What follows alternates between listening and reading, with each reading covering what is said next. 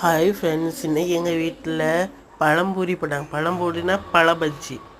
அந்த பழத்தை சின்ன சின்னதாக கட் பண்ணி கடலை மாவில் முக்கி செய்வாங்கல்ல, அது எங்கள் வீட்டில் செஞ்சாங்க ஃப்ரெண்ட்ஸ். பாருங்கள் எவ்வளோ அழகாக இருக்குது. உங்களுக்கு பிடிச்சிருக்குன்னா சொல்லுங்கள்.